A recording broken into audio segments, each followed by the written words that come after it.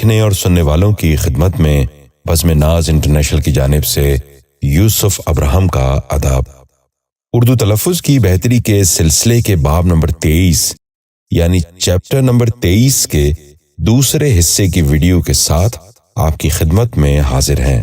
اس video میں بھی ہم فے سے شروع ہونے والے کچھ الفاظ کے تلفظ کی درستی پر بات کریں گے۔ تحقیق و ہدایات سیف اللہ سیفی۔ ناظرین، ہماری ویڈیوز میں تلفظ کی بہتری پر جن الفاظ کا ذکر ہوگا ان کے اردو اور انگریزی معنی آپ نیچے ڈسکرپشن باکس میں دیکھ سکتے ہیں۔ آئیے آج کا سبق شروع کرتے ہیں۔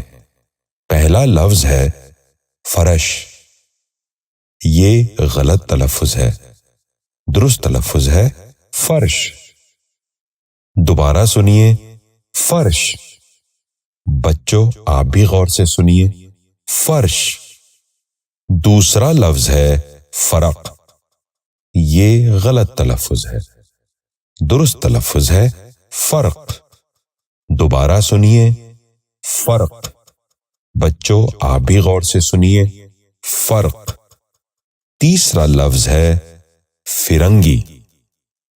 یہ غلط تلفظ ہے، درست تلفظ ہے فرنگی۔ دوبارہ سنیے، فرنگی۔ بچوں آپ بھی غور سے سنیے، فرنگی۔ چوتھا لفظ ہے فزوں۔ یہ غلط تلفظ ہے، درست تلفظ ہے فزوں۔ دوبارہ سنیے، فزوں۔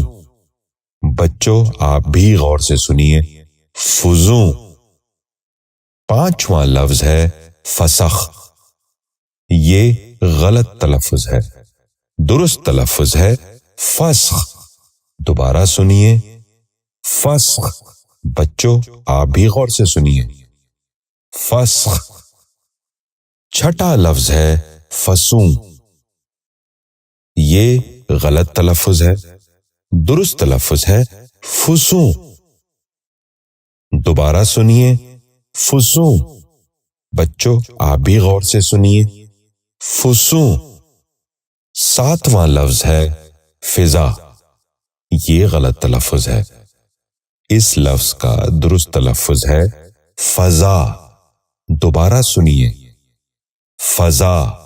بچوں آپ بھی غور سے سنیے، فضا۔ آٹھواں لفظ ہے فضل۔ یہ غلط تلفظ ہے، درست تلفظ ہے فضل۔ دوبارہ سنیے، فضل۔ بچوں آپ بھی غور سے سنیے، فضل۔ نواں لفظ ہے فضول۔ یہ غلط تلفظ ہے، درست تلفظ ہے فضول۔ دوبارہ سنیے، فضول۔ بچوں آپ بھی غور سے سنیے، فضول۔ 10واں لفظ ہے فغاں۔